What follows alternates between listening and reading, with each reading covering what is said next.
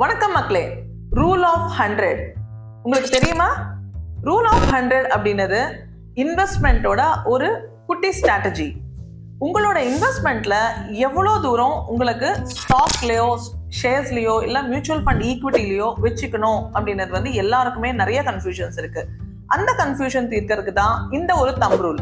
100 minus உங்களோட வயசு. நீங்க 20 வயசா இருந்தாலும் 30 வயசா இருந்தாலும் இந்த ஒரு தம் ரூல் யூஸ் பண்ணுங்க. எக்ஸாம்பிள், நீங்க 20 வயசு ஏஜா இருந்தீங்க அப்படின்னா 100 மைனஸ் 20 80% நீங்க ஈக்விட்டியில இன்வெஸ்ட் பண்ணலாம்.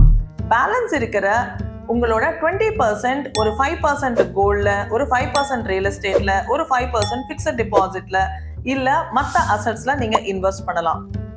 இந்த குட்டி இன்வெஸ்ட்மெண்ட் ஸ்ட்ராட்டஜி உங்களுக்கு பிடிச்சிருந்தா லைக் பண்ணுங்க.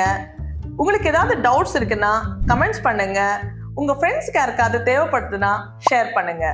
Follow financial feathers.